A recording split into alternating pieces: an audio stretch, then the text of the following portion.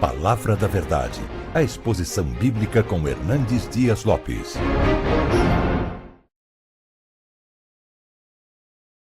Eu quero partilhar com vocês o texto que está em Jó, capítulo 1. Jó, capítulo 1, versos 6 a 12.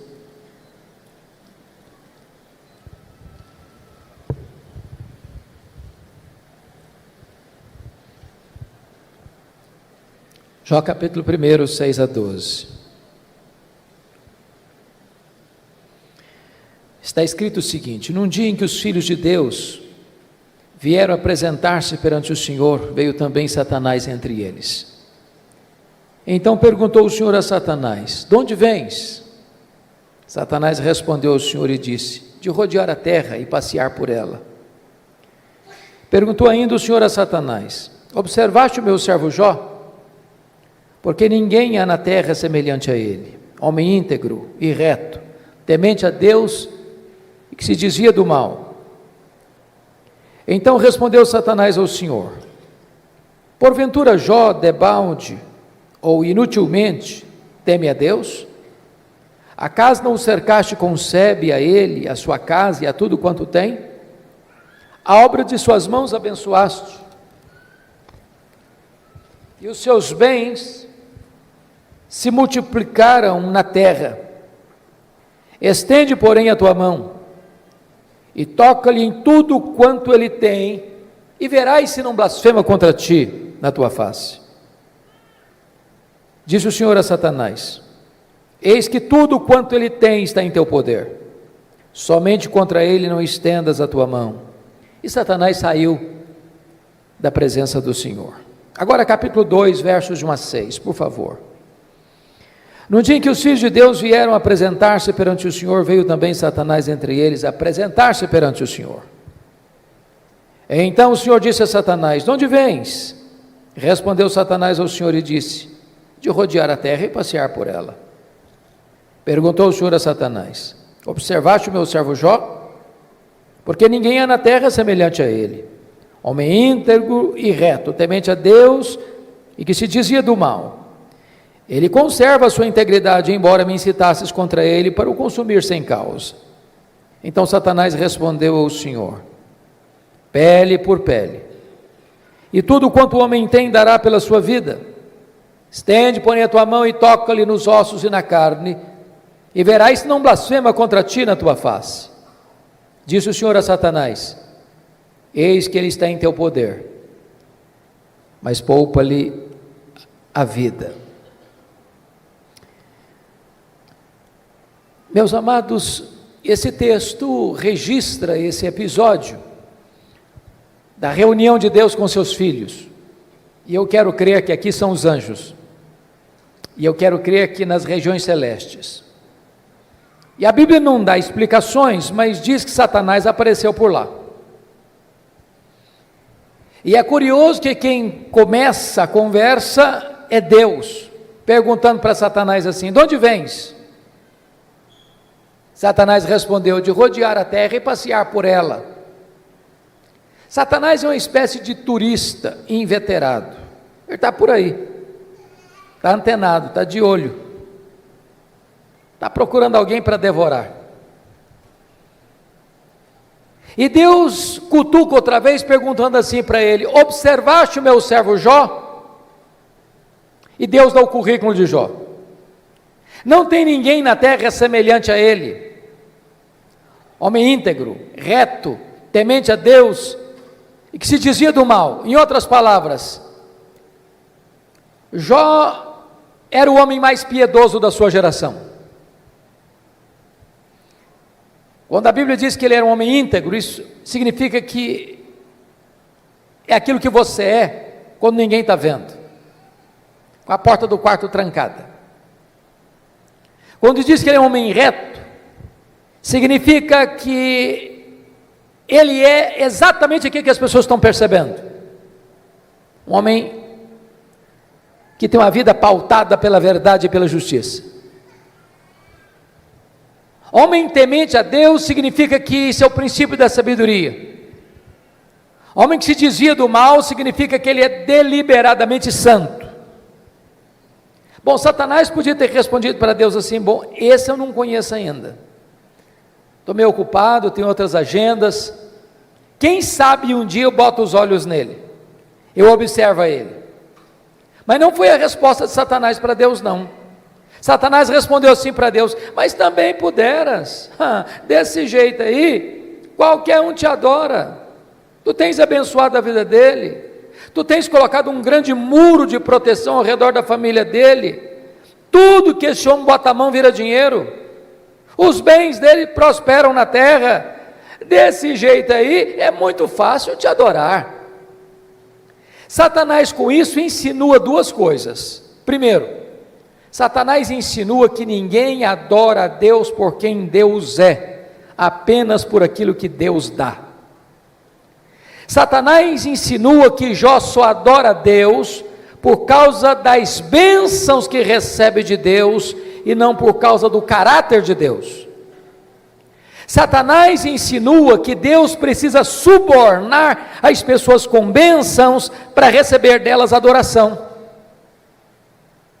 Satanás insinua mais, que Jó não é honesto quando ele serve a Deus, que Jó descobriu que religião dá lucro, que é um bom negócio, e que ele só serve a Deus porque com isso ele recebe determinados benefícios que de outra forma não receberia. Com isso, Satanás está levantando aqui duas teses. Primeira tese: ninguém ama mais a Deus do que o dinheiro. Segunda tese: ninguém ama mais a Deus do que a família. O que um homem tem? Um homem tem bens, um homem tem família. Aí Satanás disse assim para Deus: toca no que ele tem, e verás se não blasfema contra ti na tua face, e verás se toda esta fidelidade de Jó não cai por terra. Então diz a Bíblia, que sem que Jó soubesse, Deus o constitui em seu advogado na terra, e coloca a sua própria reputação nas mãos de Jó, e diz assim para Satanás: pode tocar no que ele tem, só não pode tocar na sua vida. Em outras palavras, Satanás é um ser limitado e limitado por Deus. Ele só pode ir até onde Deus o permite ir, e nem 1 centímetro a mais. Nas palavras de Martinho Lutero, Satanás é um cachorro na coleira de Deus. Ele só pode ir até onde a coleira o permite ir, e nem 1 centímetro a mais, porque o Deus que servimos manda no céu, manda na terra e manda no inferno. Satanás está debaixo da autoridade absoluta do nosso glorioso Redentor Jesus Cristo.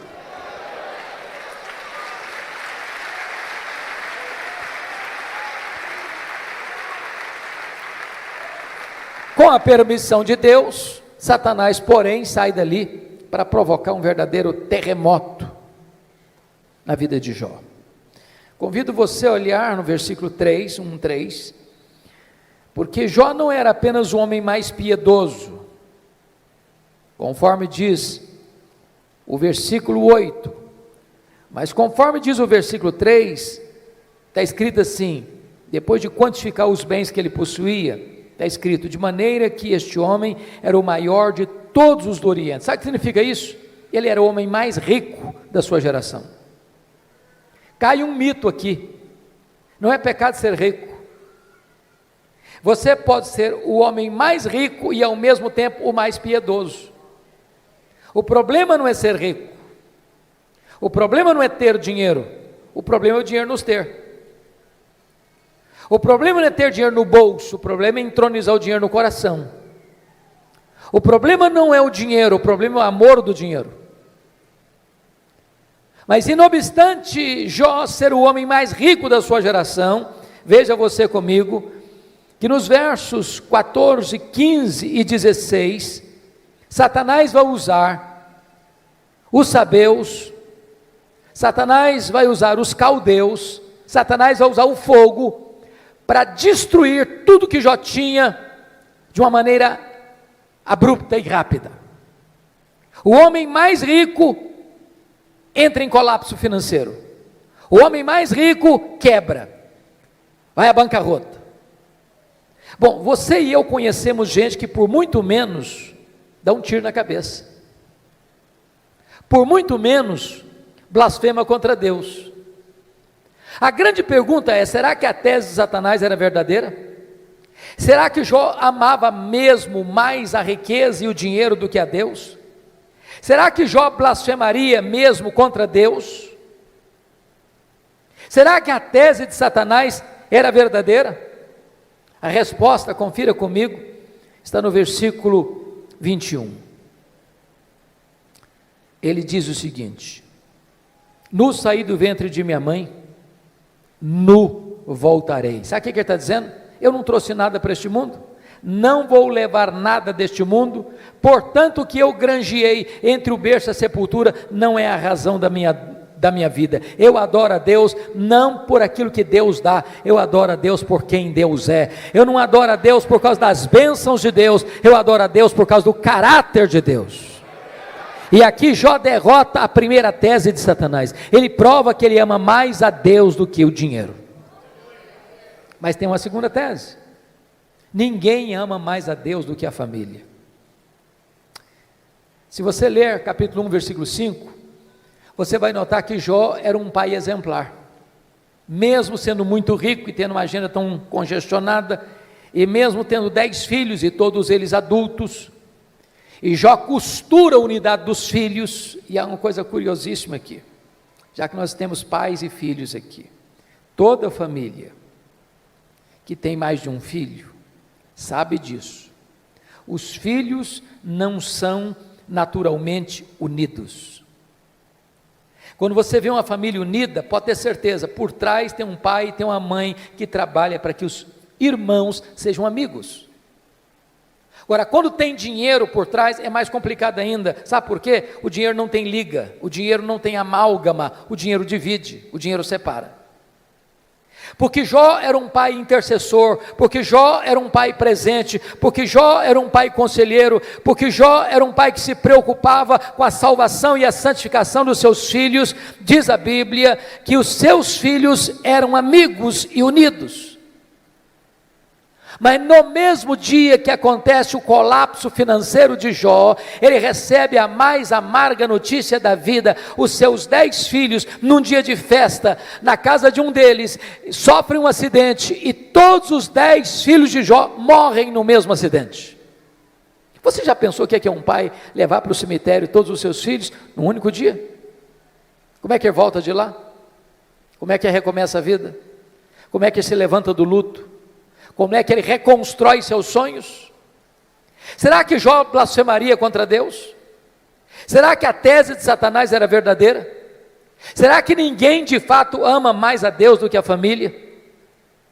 Será que de fato Satanás tinha razão e Jó se voltaria contra Deus para blasfemar contra ele? A resposta está no capítulo 1, versículo 20, confira comigo aí.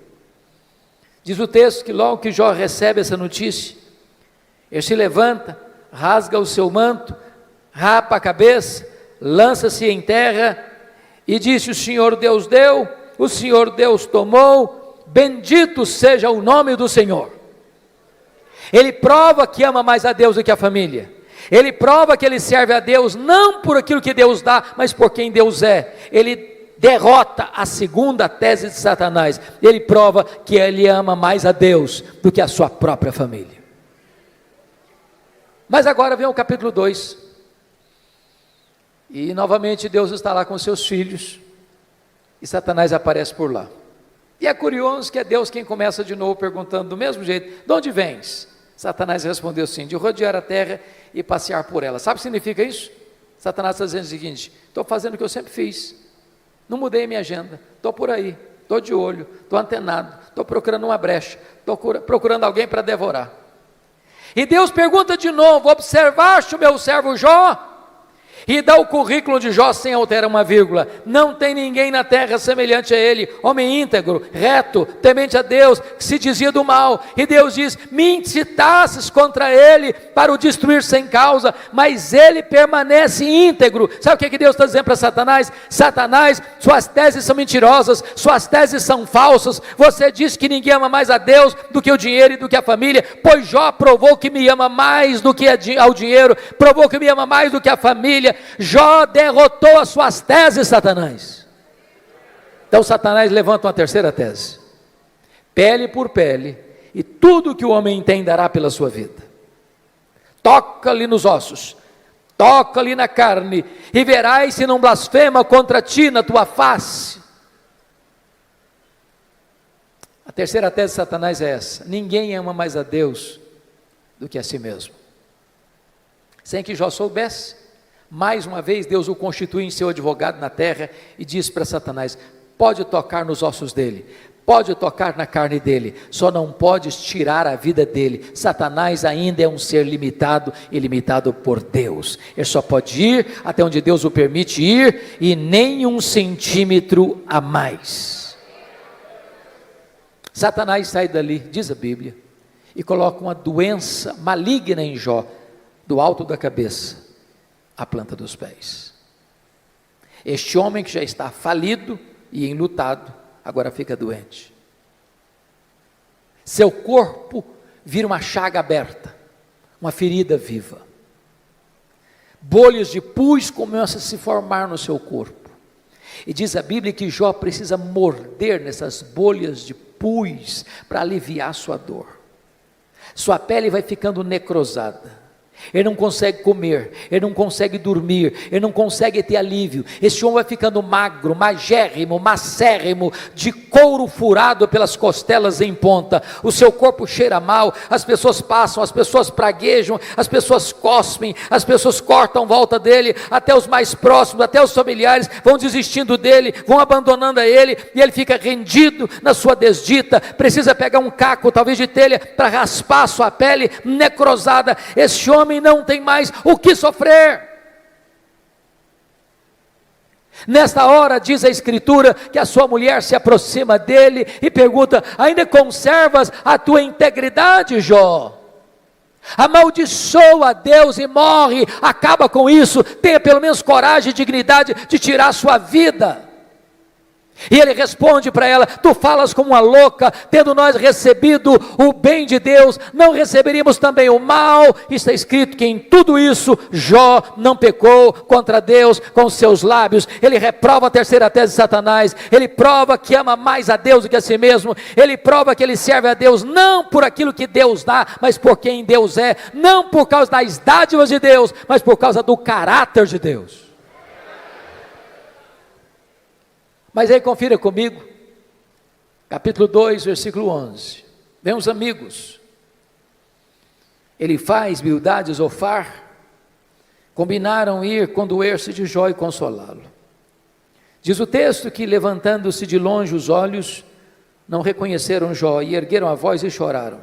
Cada um rasgou o seu manto, lançava-se pó ao ar sobre a cabeça. Sentaram-se com Jó na terra 7 dias e 7 noites, e nenhum lhe dizia palavra alguma, pois viam que a sua dor era muito grande. Então eu faço uma pergunta a vocês: esses 3 amigos, de fato eram amigos de Jó?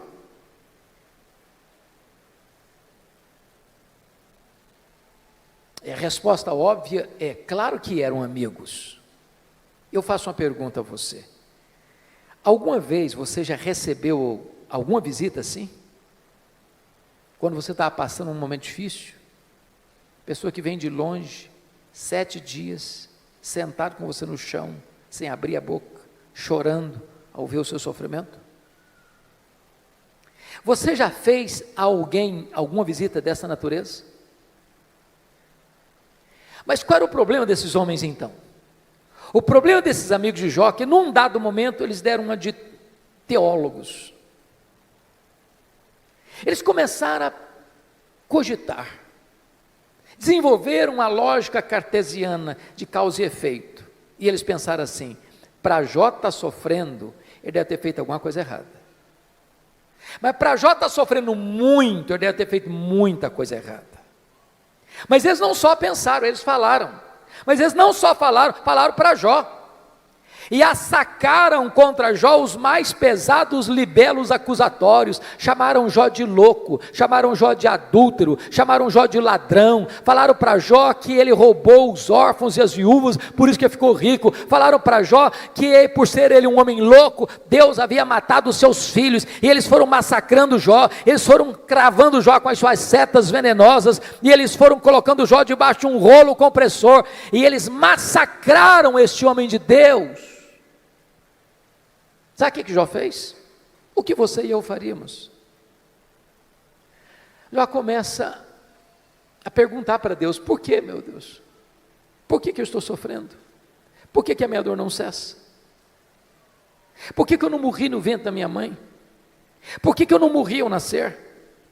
Por que os seios da minha mãe não estavam murchos de leite para eu morrer de fome?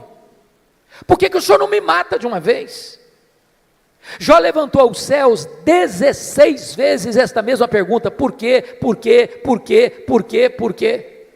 Jó levantou aos céus 34 queixas contra Deus. Sabe qual foi a resposta de Deus para ele? O total silêncio. Nenhuma resposta, nenhuma explicação, nenhuma luz no fim do túnel. Eu posso garantir para vocês hoje aqui, o silêncio de Deus grita mais alto nos ouvidos da nossa alma que o ruído mais barulhento das circunstâncias mais adversas. Pior do que sofrer é sofrer sem explicação. Se vocês estão notando comigo, Jó está sendo golpeado nas 5 áreas mais importantes da vida de uma pessoa. Primeiro, a vida financeira. Segundo, sua saúde. Terceiro, seu casamento. Quarto, seus filhos. Quinto, suas amizades. Todas essas áreas vitais estão sendo dinamitadas, destruídas, minadas na vida desse homem. Esse homem está no fundo de um poço. Ele não tem mais nada para perder. Ele está completamente rendido à sua desdita, ao fracasso, à derrota. Esse homem não tem nada mais em quem segurar, a quem buscar. Ele está no fundo de um poço. Mas quando você está no fundo de um poço, só tem uma direção para olhar: é para cima, é para o alto, é para Deus.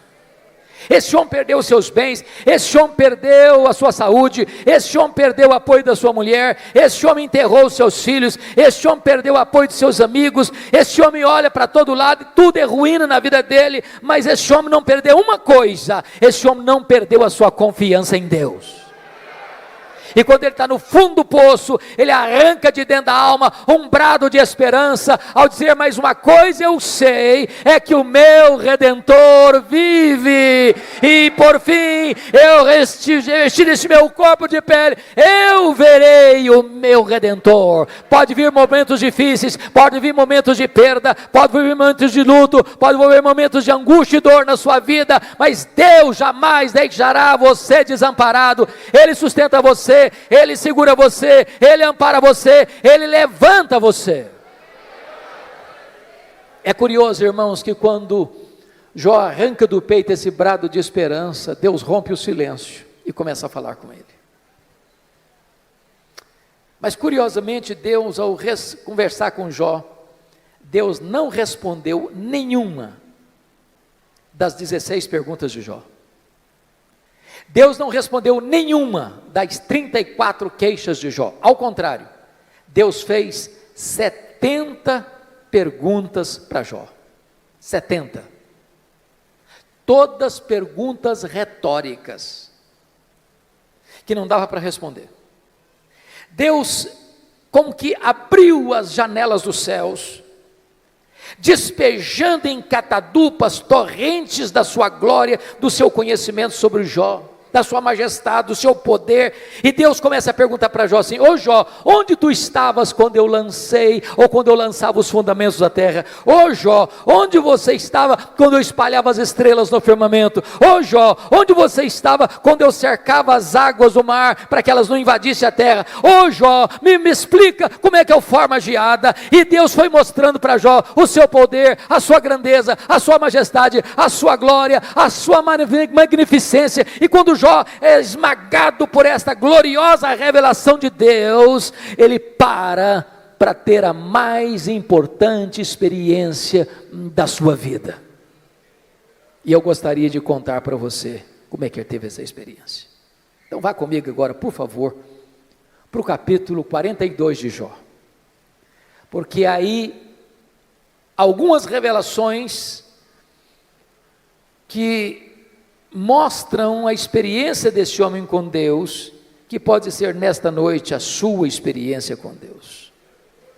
Primeira coisa que Jó reconheceu, quando Deus se revelou a ele, está aí no versículo de número 2. Então respondeu Jó ao Senhor: bem sei que tudo podes. Ele reconheceu a onipotência de Deus. Preste bem atenção nisso. Você e eu temos fraquezas indisfarçáveis.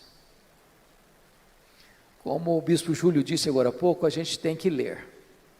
Crente precisa ler. Quem cessa de aprender, cessa de ensinar. Eu gosto muito de ler, sempre gostei. Passo nas livrarias praticamente toda semana. E você sabe que no Brasil e no mundo, os livros que mais vendem são os livros de autoajuda. E os livros que ensinam você a ficar rico rápido. Eu acho que eu não estou sabendo ler bem esses livros. Mas esses livros de autoajuda dizem assim para você: você é forte, você é um gigante, você tem a força, você tem o poder, há poder nas suas palavras, você é alguém tão poderoso que basta fazer cócegas no seu interior e levantar-se-á daí um gigante. Sabe o que a Bíblia diz? Exatamente o contrário. A Bíblia diz que você e eu somos fracos. A Bíblia diz que Deus conhece a nossa estrutura e sabe que nós somos pó. Então deixa eu provar que você e eu somos fracos. Primeiro, nós temos fraquezas físicas. Ô, gente, querendo ou não, gostando ou não, o tempo vai esculpindo algumas rugas no nosso rosto indisfarçáveis. As mulheres mais espertas do que os homens usam alguns recursos interessantes, como os bons cosméticos, dão uma boa disfarçada. Daqui a pouco, uma boa cirurgia plástica ajuda muito. Mas chega um momento que, ainda que Pitangui ressuscitasse dentre os mortos, não teria jeito mais. As pernas ficam bambas, os braços descaídos, os joelhos trôpegos, os olhos embaçados. E diz os entendidos que cada fio de cabelo branco que brota na nossa cabeça é a morte chamando-nos para um duelo. Eu acho até um exército acampado ao meu redor.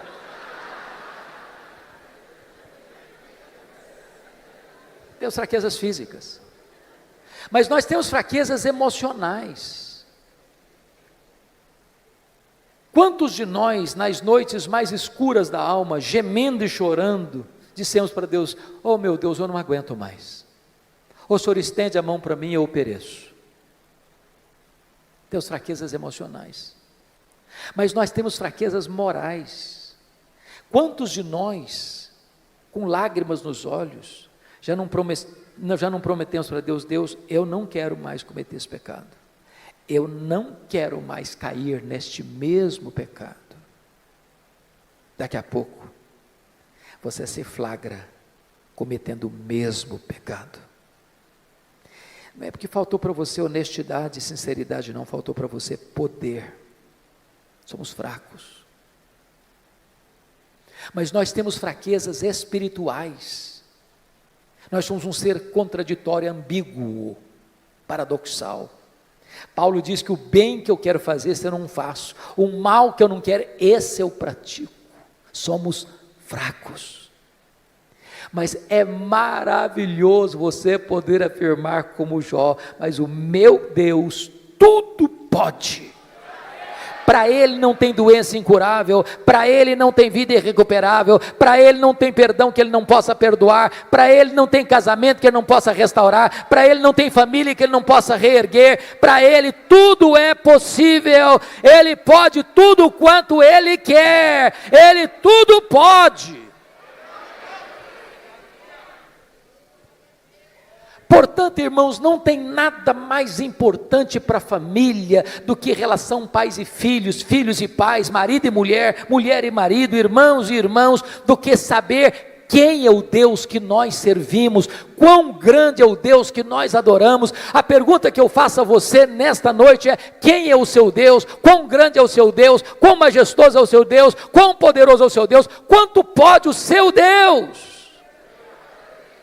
A.W. Tozer, que foi um dos mais importantes escritores do século XX, diz que o maior problema da igreja contemporânea, ele estava falando da igreja lá do século passado, mas é o problema nosso ainda hoje. Ele disse que o maior problema nosso é que nós passamos a maior parte do tempo medindo, tomando o nosso próprio pulso e olhando para o nosso próprio umbigo. Quando o nosso papel é conhecer a Deus e prosseguir em conhecê-lo, porque o povo que conhece a Deus é um povo forte, diz a Escritura. Quem é o seu Deus? Quão grande é o seu Deus? Quando o profeta Isaías estava pensando sobre isso, ele diz: o meu Deus é aquele que mede as águas na concha da sua mão. O meu Deus é aquele que pesa o pó das montanhas em balança de precisão. O meu Deus é aquele que espalha as estrelas no firmamento, e por ser forte em força e grande em poder, quando as chama pelo nome, nenhuma delas vem a faltar. O meu Deus é aquele que olha para as grandes potências econômicas e militares da terra e considera todas essas nações como um pingo que cai de um balde, como um pó numa balança de precisão, como um vácuo, como nada, como menos do que nada, pois este é o seu Deus. Agora pergunte para um astrônomo, qual é o tamanho desse universo que ele mediu a palmos? Pergunte. Sabe qual é a resposta dele? Eu não sei. E quando esse astrônomo diz eu não sei, ele não está confessando uma ignorância absoluta, não. É porque nenhum homem, por mais robusto que seja o seu conhecimento, por mais peregrina que seja a sua capacidade mental, é capaz de afirmar com precisão qual é o tamanho do universo. Isso é uma matéria em estudo ainda. O que eles já sabem é que o nosso universo tem mais de 93 bilhões de anos-luz de diâmetro. E o que significa isso? Significa que se você voar à velocidade da luz, 300 mil quilômetros por segundo, nessa velocidade, você demoraria mais de 93 bilhões de anos para ir de uma extremidade à outra do universo. Pois o seu Deus é maior do que isso. Ele criou tudo isso. Não tem um centímetro desse universo onde eu não posso dizer: isso aqui é meu, eu criei isso aqui, sou dono disso aqui. Este é o seu Deus. Pergunte a um astrônomo quantas estrelas existem. Sabe qual é a resposta dele? Eu não sei. O que eles já sabem e afirmam é que há mais estrelas no firmamento do que todos os grãos de areia de todas as praias e desertos do nosso planeta. Vá um dia à praia, encha a concha da sua mão de areia, leve para casa, bote numa tábua de vidro e tenha paciência de contar quantos grãos de areia você consegue botar na concha da sua mão. Pois há mais estrelas do que todos os grãos de areia de todas as praias e desertos do nosso planeta. Mas o seu Deus não apenas criou todas elas, o seu Deus batizou cada uma delas pelo nome. E por ser forte em força e grande em poder, quando as chama pelo nome, nenhuma delas vem a faltar. Este é o seu Deus, Ele tudo pode. A ciência hoje não está pasma mais com o macro-universo, ela está pasma, boquiaberta, com o micro-universo hoje. Você pega uma folha, por mais tenra que ela seja, ela é tão complexa como a cidade de São Paulo. Você pega uma gema de ovo, ela é mais complexa do que qualquer coisa que o homem já inventou. Dr. John Wilson, catedrático de Harvard, uma das maiores autoridades de oftalmologia no mundo, diz que você e eu temos em torno de 2 milhões de fios duplos encapados em cada um dos nossos olhos, e se não for assim, haveria um curto-circuito e nós ficaríamos cegos. Dr. Marshall Nirenberg, prêmio Nobel de Biologia, fez uma das mais importantes descobertas no século passado. Ele descobriu que você e eu somos um ser programado geneticamente, computadorizadamente programados. Ele descobriu que você e eu temos em torno de 60 trilhões de células vivas no nosso corpo.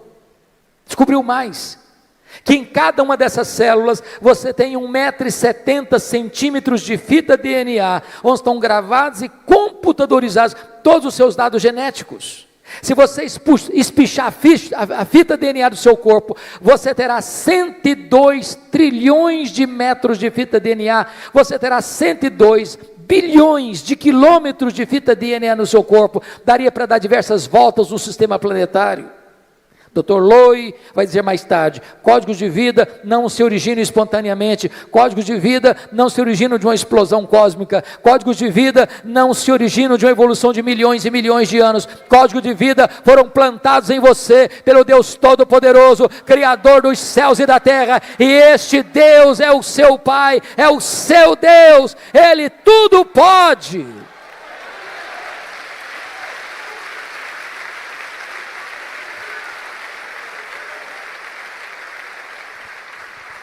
Deixa eu ilustrar isso de maneira mais simples. Um pai caminhava com seu filho de 4 anos pela rua. Eu acho que todos vocês concordam comigo que toda criança parece que fez um curso de pós-doutorado em perguntas difíceis. Não conheço ninguém que faça perguntas mais difíceis do que as crianças. E o menino perguntou para o pai assim: papai, qual é o tamanho de Deus? O pai engasgou. Não tinha uma resposta pronta para um menino de 4 anos. Ficou em silêncio. Continuou caminhando. Daqui a pouquinho ele escuta os roncos das turbinas de um avião supersônico lá nas alturas excelsas. O pai diz: filho, olha para cima. Você está vendo aquele avião? O filho disse: sim, papai, estou vendo. O pai perguntou: qual é o tamanho daquele avião, meu filho? O menino respondeu: pequeno, papai, muito pequeno. Estava muito longe. O pai pegou o menino, levou para o aeroporto. Lá tinha um jumbão de mais de 400 passageiros estacionado. O pai chegou bem perto e perguntou: está vendo esse avião, filho? Estou vendo, papai. Qual é o tamanho desse avião, filho? Grande, esse é muito grande, papai. O pai disse: filho, pois Deus é do mesmo jeito. Se você está longe de Deus, meu filho, Deus parece pequeno para você. Aí os seus problemas ficam enormes. Mas se você está perto de Deus, meu filho, aí Deus é grande para você. Aí os seus problemas ficam pequenos. Agora eu sei que tudo podes. A segunda coisa que Jó descobriu, irmãos, está aí no versículo 2 ainda: e nenhum dos teus planos pode ser frustrado.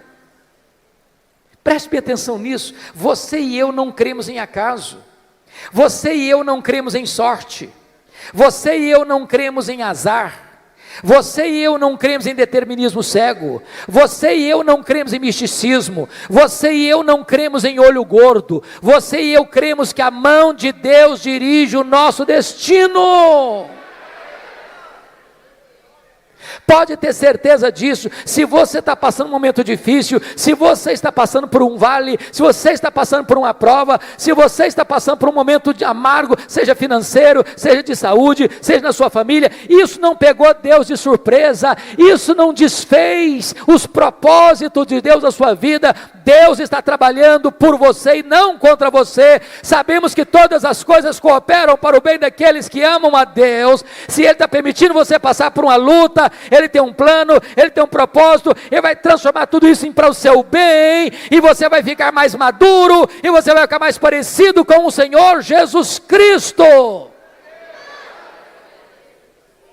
Nenhum dos planos de Deus pode ser frustrado. Terceira coisa que Jó vem a descobrir, pelo conhecimento que ele teve de Deus, ele reconheceu sua profunda limitação. Olha o versículo 3. Na verdade, eu falei do que eu não entendia. Coisas maravilhosas demais para mim, coisas que eu não conhecia. Vamos entender isso aqui. Quando alguém está sofrendo, como Jó sofreu, via de regra a pessoa faz duas coisas. Ou se cala, estoicamente, tranca os dentes. Ou fala. Jó falou. Jó se defendeu. Jó se queixou. Jó perguntou. O tempo todo. Quando você está sofrendo, você acaba falando muita coisa que você não está entendendo. Sabe por quê? Porque você e eu não enxergamos no escuro. Você e eu não enxergamos na curva. Deus está vendo lá no fim. E Ele sabe que as curvas da estrada não tiram o seu alvo de chegar lá no fim. O fim é a sua glória, o fim é o céu, o fim é a bem-aventurança, o fim é a vitória do mal, é a vitória do bem sobre o mal, é a vitória da verdade sobre a mentira, é a vitória de Jesus Cristo sobre o diabo. O fim é Jesus Cristo colocando todos os seus e os nossos inimigos debaixo dos seus pés, e nós com Ele, sem dor, sem lágrima, sem luto, reinando com Ele para sempre. Agora, enquanto você está caminhando, você faz tanta pergunta, você fala tanta coisa, e eu também. Quando Deus começa a se revelar para Jó, mostrar a sua grandeza, o seu poder, sua majestade, o seu controle sobre o universo, sobre todas as coisas, Jó põe a mão na boca e diz: meu Deus, quanta coisa que eu falei sem entender. Sabe qual a lição que eu aprendo aqui? O sábio é aquele que sabe que não sabe. Porque o que você não sabe é muito mais do que o que você sabe. Portanto, se você encontrar uma pessoa que fica rotando em cima de você muito conhecimento, e que quer passar como aquela pessoa que sabe tudo, conhece tudo, entende tudo, Bíblia, eu conheço de capa a capa. Pode ter certeza, você está perto de uma pessoa que não sabe quase nada. Quase nada. É lata vazia que faz barulho. Então deixa eu contar uma ilustração para você. Eu fui criado na roça mesmo. Antes de luz elétrica, de estrada, de carro e tudo mais. Quebrei muito milho no muque. Quem sabe o que é uma roça de milho na hora de colher, seca para colher, sabe muito bem a diferença entre um restolho, que só tem palha e sabugo, e uma espiga boa, granada. A espiga boa, granada, na hora de colher, ela se tomba, ela se curva.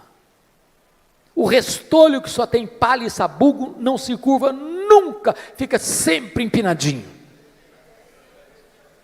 Então, quando você encontra uma pessoa muito empinadinha, saiba disso, é um restolho, só tem palha e sabugo. Porque é impossível você conhecer a Deus, quem é Deus, sem se humilhar, sem se curvar, sem reconhecer que você sabe quase nada.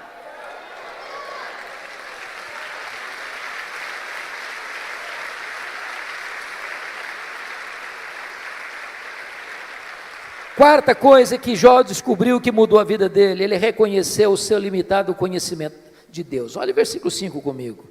Eu te conheci só de ouvir, mas agora os meus olhos te veem. Irmãos, eu entro em crise com esse versículo. Sabe por que eu entro em crise com esse versículo?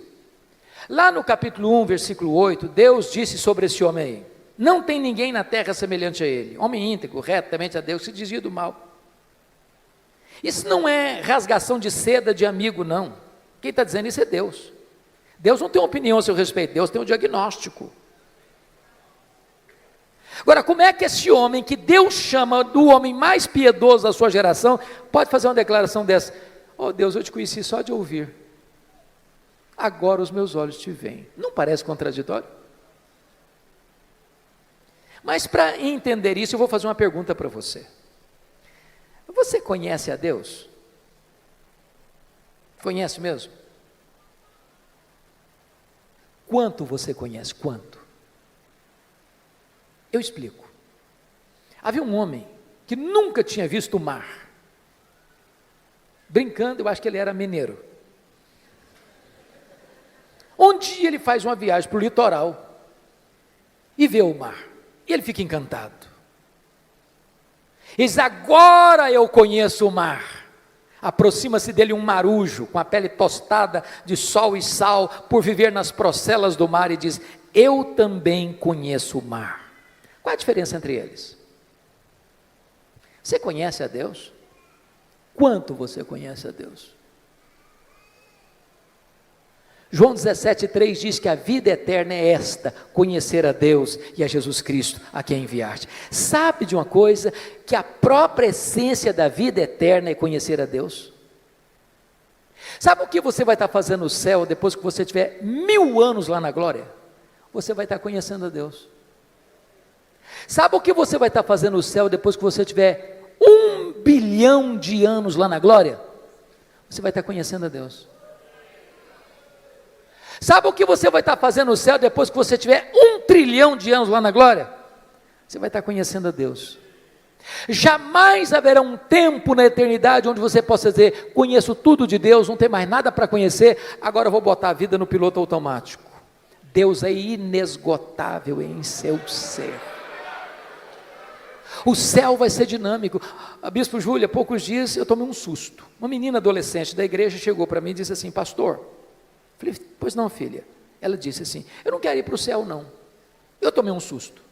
Disse: como? Eu não quero ir para o céu, não. Falei: mas você está maluca? O que aconteceu? Não, não quero ir, não. Falei: mas então me explica esse negócio. Ah, pastor, a ideia de céu que eu tenho, sabe o que é? Que eu vou estar numa nuvem branca, com a harpa na mão, tocando, cantando, tocando. Ah, eu não aguento essa vida inteira, não. Eu quero coisa nova para a minha vida. Tem gente que acha que o céu vai ser chato. Se você não gosta de trabalhar, você está encrencado. Sabe por quê? Que a Bíblia diz que lá no céu nós vamos trabalhar. Seus servos o servirão.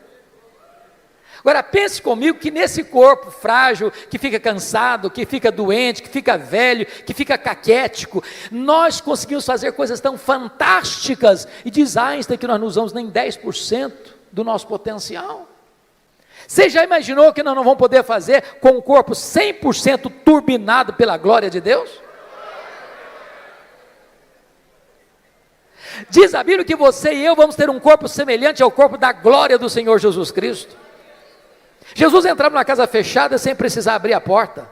Jesus saía de Jerusalém, aparecia lá na Galileia sem precisar percorrer o trecho.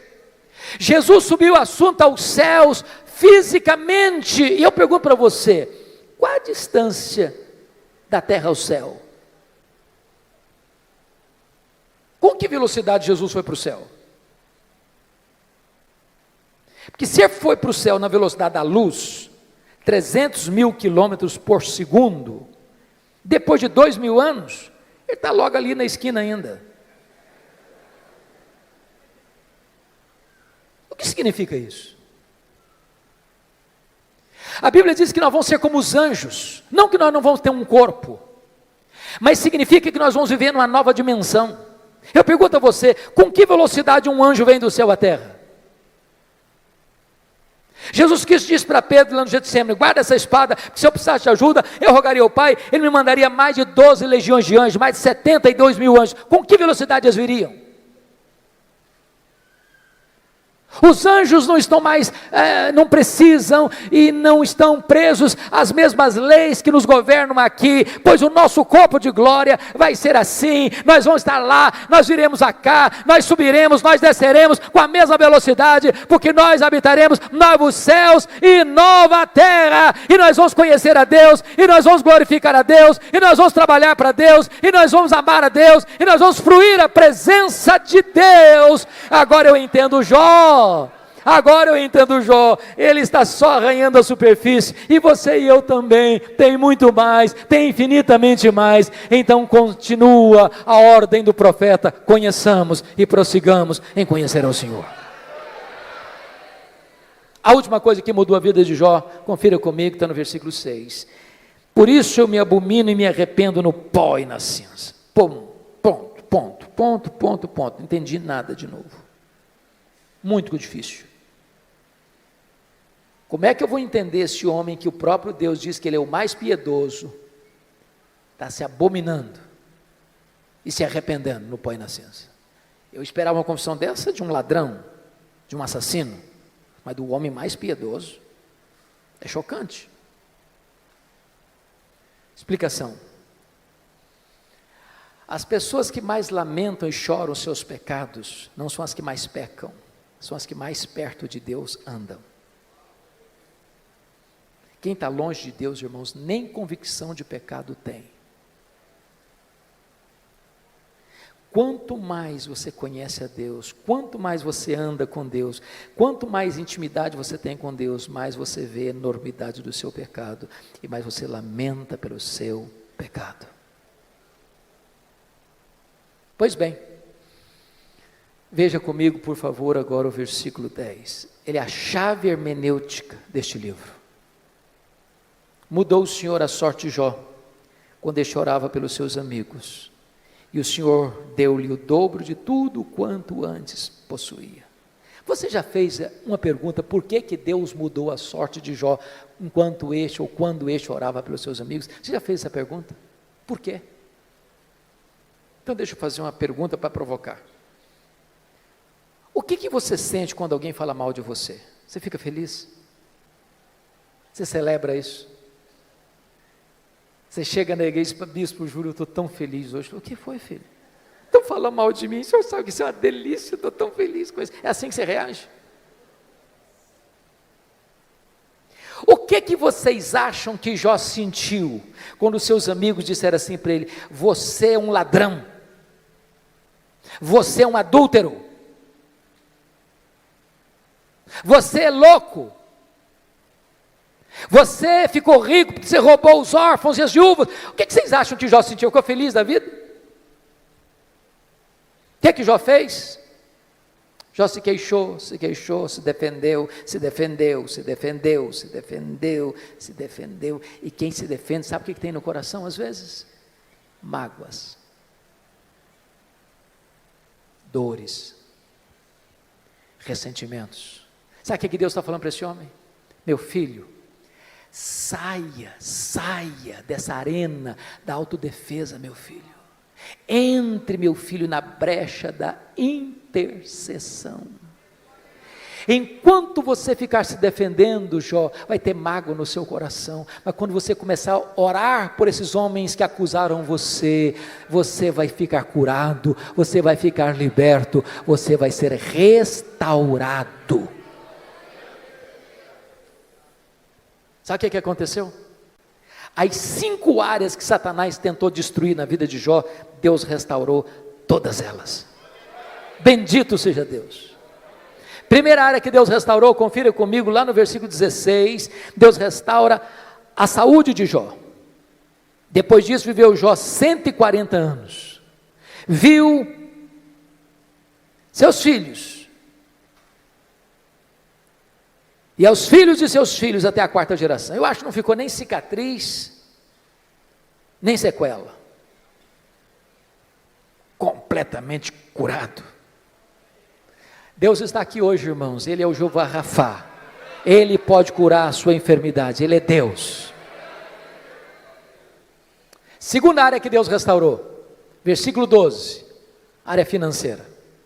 Se você comparar 1:3 com 42:12, você vai notar que Deus deu tudo em dobro.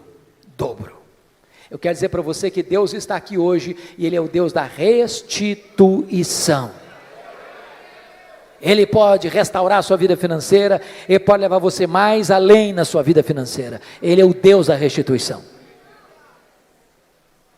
Terceira área que Deus restaurou, área das amizades. Confira comigo os versículos 8, a partir do 8. Eu acho isso maravilhoso, bispo Júlio. Porque os amigos de Jó que acusaram a Jó, Deus chega para eles e diz assim: vocês estão lembrados daquele homem que vocês criticaram, acusaram? Pois é, aquele homem é mais justo do que vocês. Então eu não vou ouvir a oração de vocês, vocês vão ter que ir lá naquele homem que vocês criticaram, para que aquele homem que vocês criticaram ore por vocês, E quando ele orar por vocês, eu vou restaurar vocês. Sabe o que Deus está fazendo aqui? Honrando Jó. Honrando Jó. Eu vou dizer uma frase aqui, se você esquecer tudo que eu falei, mas lembrar dessa frase, me dou por satisfeito.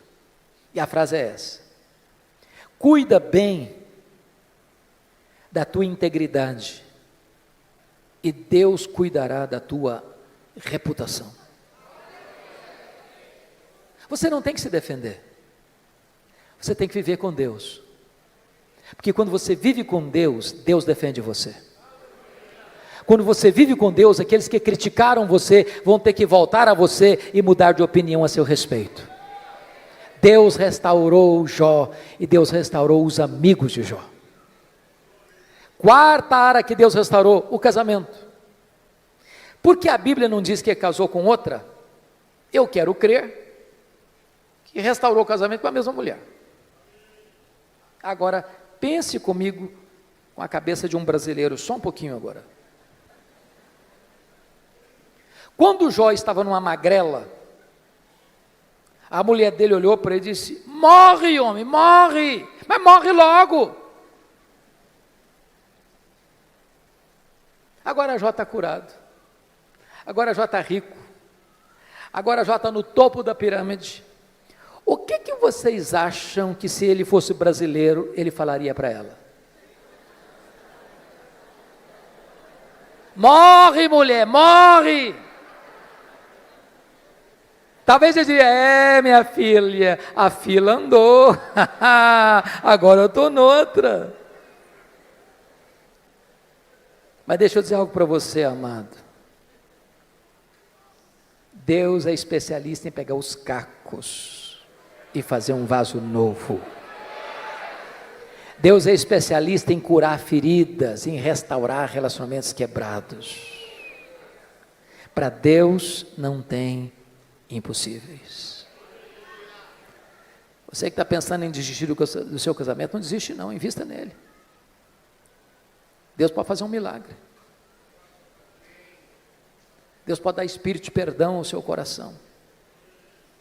Eu achei muito curioso que há pouco tempo uma mulher chegou para mim e disse assim: pastor, eu estou vindo aqui dizer para o senhor que eu vou me divorciar. Eu tomei um susto. Disse: como é que é o negócio? Eu estou dizendo para o senhor que eu vou me divorciar. Falei: verdade? É verdade, sim, senhor. E eu perguntei: mas por quê? Ela disse assim para mim: secou. Secou, não tem mais nada, secou. O sentimento secou. Olhei para ela e disse: secou, filha? Mas se secou, tem esperança. Ela regalou os olhos: o senhor está maluco? Tem esperança. Você não leu na Bíblia lá que Deus fez a vara seca de Arão florescer? Pois Deus faz florescer o que está seco no seu coração. Diz: pastor, o senhor endoidou. Estou falando para o senhor que morreu. Está claro agora? Morreu, está claro? Ou precisa botar legenda? Falei: morreu, filha? Mas se morreu, tem esperança. Você não leu na Bíblia lá que Jesus ressuscita os mortos? Pois ele pode fazer ressuscitar o que está morto aí no seu coração. Tem esperança. Falei: pastor, o senhor endoidou, o senhor não está me entendendo não. Estou falando para o senhor que acabou, não tem mais nada, acabou, está claro agora? Falei: acabou, minha filha? Ué, mas se acabou, tem esperança. Ué, você não leu na Bíblia lá que Deus chama a existência as coisas que não existem? Se Ele chama a existência as coisas que não existem, Ele pode chamar a existência o que não está mais no seu coração. Você não vai separar essa semana não. Você vai orar comigo uma semana, depois você volta aqui.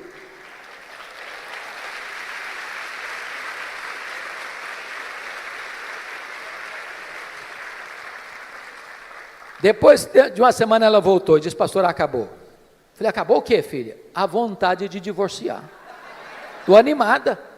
Deus está curando a minha alma e curando meu casamento. Com Deus não há impossíveis. Louvado seja o Senhor. A quinta e última área que Deus restaurou foram os filhos. Você nota comigo no capítulo 1, versículo de número 16, aliás, versículo 13, também teve outros 7 filhos e 3 filhas, que Deus restaura. Mas você pode fazer uma pergunta curiosíssima: Pastor, eu não estou entendendo. Se Deus devolveu tudo em dobro, e Jó antes tinha 10 filhos, quantos ele deveria ter agora? 20. Então não foi tudo em dobro.